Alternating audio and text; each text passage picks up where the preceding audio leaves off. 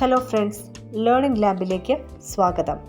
കുട്ടികൾക്ക് ഉപകാരപ്പെടുന്ന GK ചോദ്യങ്ങളും പഠന വിഷയങ്ങളുമായി ലേണിംഗ് ലാബ് എപ്പോഴും നിങ്ങളോടൊപ്പമുണ്ട്. ഇന്ന് ചാന്ദ്രദിനത്തോടനുബന്ധിച്ച് ചന്ദ്രനെക്കുറിച്ചുള്ള പ്രധാനപ്പെട്ട GK ചോദ്യങ്ങളും ഉത്തരങ്ങളുമാണ് തയ്യാറാക്കിയിരിക്കുന്നത്. ചോദ്യം 1. ചന്ദ്രനിൽ ആദ്യമായി കാലുകുത്തിയ മനുഷ്യൻ ആരാണ്? ഉത്തരം നീൽ ആംസ്ട്രോങ്. 1969 ജൂലൈ 20 അമേരിക്കയുടെ അപ്പോളോ 11 എന്ന ദൗത്യത്തിലൂടെ നീൽ ആംസ്ട്രോങ് ആദ്യമായിട്ട് ചന്ദ്രനിൽ കാലുകുത്തിയത്. മനുഷ്യൻ ആദ്യമായി മറ്റൊരു ആകാശഗോളത്തിലിറങ്ങിയ ചരിത്ര സംഭവം കൂടിയായിരുന്നു ഇത്. ചോദ്യം 2. അപ്പോളോ 11 ഏത് രാജ്യത്തിൻ്റെ ബഹിരാകാശ ദൗത്യമായിരുന്നു? ഉത്തരം അമേരിക്ക. അപ്പോളോ 11 അമേരിക്കയുടെ ബഹിരാകാശ ദൗത്യമായിരുന്നു. അമേരിക്കൻ ബഹിരാകാശ ഏജൻസിയായ നാസയാണ് ഈ ദൗത്യം വിജയകരമായി പൂർത്തിയാക്കിയത്. ഈ വിജയത്തോടെ മനുഷ്യനെ ചന്ദ്രനിലെത്തിച്ച ആദ്യ രാജ്യമായിട്ട് അമേരിക്ക മാറി. ഇന്ത്യയുടെ ആദ്യ ചന്ദ്രദൗത്യം ഏതാണ്? ഉത്തരം ചന്ദ്രയാൻ 1. 2008 ISRO വിക്ഷേപിച്ച ഇന്ത്യയുടെ ആദ്യ ചന്ദ്രദൗത്യമാണ് ചന്ദ്രയാൻ 1. ചന്ദ്രനിൽ ജലത്തിൻ്റെ സാന്നിധ്യത്തിന് തെളിവുകൾ കണ്ടെത്താൻ ഈ ഒരു ദൗത്യം വളരെയേറെ സഹായകമായിട്ടുണ്ട്. ഇന്ത്യയുടെ ബഹിരാകാശ ഗവേഷണത്തിലെ പ്രധാന നേട്ടങ്ങളിലൊന്നായിട്ടാണ് ചന്ദ്രയാൻ 1 കണക്കാക്കപ്പെടുന്നത്. ചന്ദ്രയാൻ 3 വിജയകരമായി ചന്ദ്രനിൽ ഇറങ്ങിയ വർഷം ഏതാണ്? ഉത്തരം 2023. 2023 ഓഗസ്റ്റ് 23 ചന്ദ്രയാൻ 3 ചന്ദ്രനിൽ വിജയകരമായിട്ട് സോഫ്റ്റ് ലാൻഡിംഗ് നടത്തിയത്. ചന്ദ്രൻ്റെ ദക്ഷിണ ധ്രുവത്തിനടുത്ത് സോഫ്റ്റ് ലാൻഡിംഗ് നടത്തിയ ആദ്യ രാജ്യമായിട്ട് ഇന്ത്യ ഈ ഒരു നേട്ടത്തോടെ ചരിത്രം സൃഷ്ടിക്കുകയും ചെയ്തു. ചന്ദ്രയാൻ 3 ലാൻഡറിൻ്റെ പേര് എന്താണ്? ഉത്തരം വിക്രം. ചന്ദ്രയാൻ 3 ലാൻഡറിൻ്റെ പേര് വിക്രം എന്നാണ്. ഇന്ത്യൻ ബഹിരാകാശ പദ്ധതിയുടെ പിതാവ് എന്നറിയപ്പെടുന്ന ഡോക്ടർ വിക്രം സാരാഭായിയുടെ സ്മരണയ്ക്കായിട്ടാണ് ഈ ഒരു പേര് നൽകിയിരിക്കുന്നത്. ചന്ദ്രയാൻ 3 റോവറിൻ്റെ പേര് എന്താണ്? ഉത്തരം പ്രഗ്യാൻ.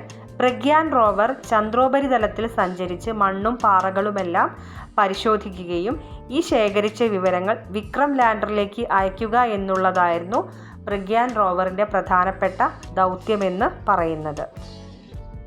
ഭൂമിയുടെ ഏക പ്രകൃതിദത്ത ഉപഗ്രഹം ഏതാണ്?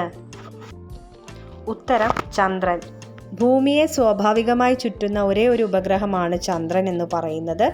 ഭൂമിയിലുണ്ടാകുന്ന വേലിയേറ്റം, വേലിയിറക്കം തുടങ്ങിയ പ്രകൃതി പ്രതിഭാസങ്ങളിൽ ചന്ദ്രൻ്റെ ഗുരുത്വാകർഷണത്തിന് ഒരു പ്രധാന പങ്കുണ്ട്. ചന്ദ്രനിൽ വായുമണ്ഡലം ഉണ്ടോ? ഇല്ല. ചന്ദ്രനിൽ ഭൂമിയെ പോലെ വായുമണ്ഡലം ഇല്ല. അതിനാൽ അവിടെ ശബ്ദത്തിന് സഞ്ചരിക്കാൻ സാധിക്കില്ല. അതുകൊണ്ടാണ് ബഹിരാകാശ സഞ്ചാരികൾ റേഡിയോ ഉപകരണങ്ങളൊക്കെ ഉപയോഗിച്ച് ആശയവിനിമയം നടത്തുന്നത്. ചന്ദ്രനിൽ കാലുകുത്തിയ രണ്ടാമത്തെ ബഹിരാകാശ സഞ്ചാരി ആരാണ്? ഉത്തരം ബസ് ആൽഡ്രിൻ.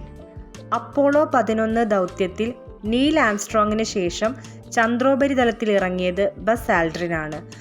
മനുഷ്യൻ്റെ ആദ്യ ചാന്ദ്ര ദൗത്യത്തിൻ്റെ വിജയത്തിൽ അദ്ദേഹത്തിന് നിർണായകമായിട്ടുള്ള ഒരു പങ്കുണ്ട്. അപ്പോളോ 11 ദൗത്യത്തിലെ മൂന്നാമത്തെ ബഹിരാകാശ സഞ്ചാരി ആരായിരുന്നു? Michael Collins. മൈക്കൽ കോളിൻസ് ചന്ദ്രനിൽ ഇറങ്ങിയിട്ടില്ല. അദ്ദേഹം കമാൻഡ് മൊഡ്യൂളിൽ ചന്ദ്രനെ ചുറ്റി ഭ്രമണം ചെയ്യുകയായിരുന്നു. ആംസ്ട്രോങ്ങും ആൽഡ്രിനും മടങ്ങിയെത്തിയ ശേഷം അവരുമായി ചേർന്ന് ഭൂമിയിലേക്ക് തിരിച്ചു പോരുകയാണ് ചെയ്തത്. അപ്പോളോ 11 ചന്ദ്രനിൽ ഇറങ്ങിയ സ്ഥലം ഏതാണ്? ഉത്തരം സീ ഓഫ് ട്രാങ്ക്വിലിറ്റി. ചന്ദ്രൻ്റെ ഉപരിതലത്തിലുള്ള സമതല പ്രദേശമാണ് സീ ഓഫ് ട്രാങ്ക്വിലിറ്റി എന്ന് പറയുന്നത്. പേരിൽ സീ എന്നുണ്ടെങ്കിലും അവിടെ വെള്ളമില്ല. ചന്ദ്രനിൽ മനുഷ്യൻ ആദ്യമായി ഇറങ്ങിയ ചരിത്രപ്രസിദ്ധമായിട്ടുള്ള ഒരു സ്ഥലമാണിത്. അപ്പോളോ 11 ലൂണാർ മൊഡ്യൂളിൻ്റെ പേര് എന്താണ്? ഉത്തരം ഈഗിൾ.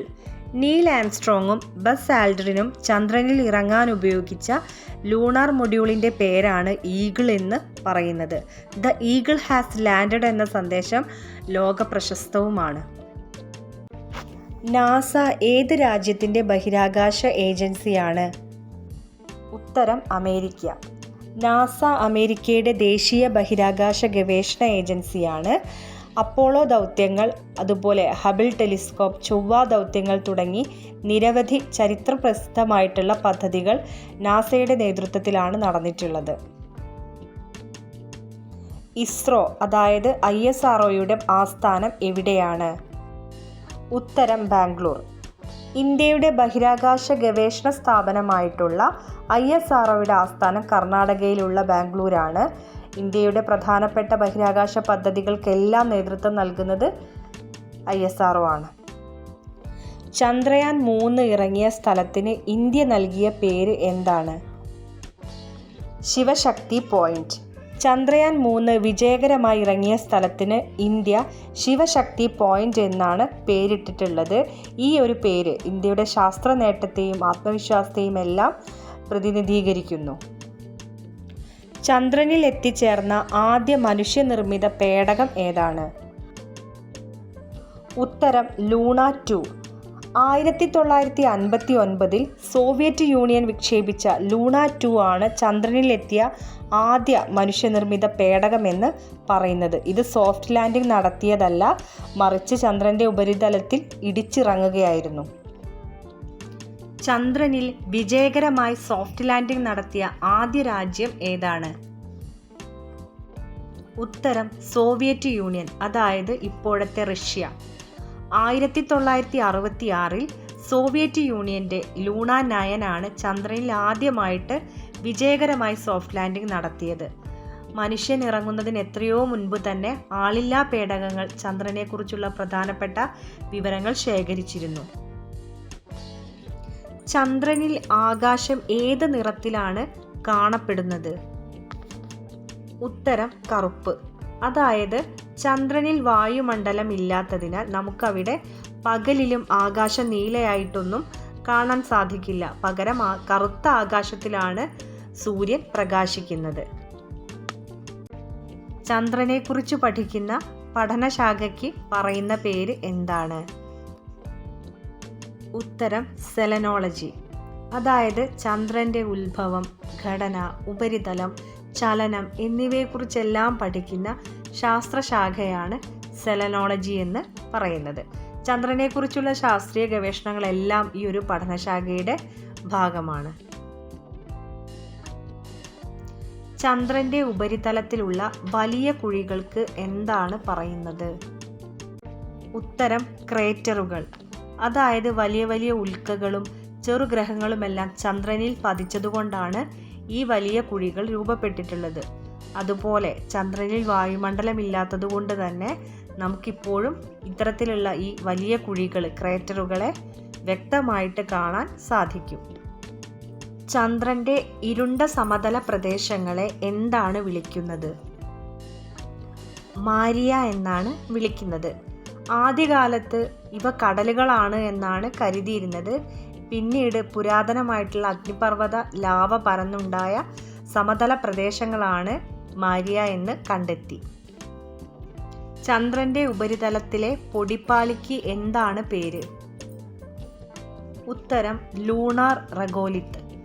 ചന്ദ്രൻ്റെ ഉപരിതലത്തിൽ മൂടിയിരിക്കുന്ന നേർത്ത പൊടിയും അതുപോലെയുള്ള ചെറിയ പാറക്കഷ്ണങ്ങളും ചേർന്ന പാളിയെയാണ് നമ്മൾ ലൂണാർ റഗോലിത്ത് എന്ന് വിളിക്കുന്നത്.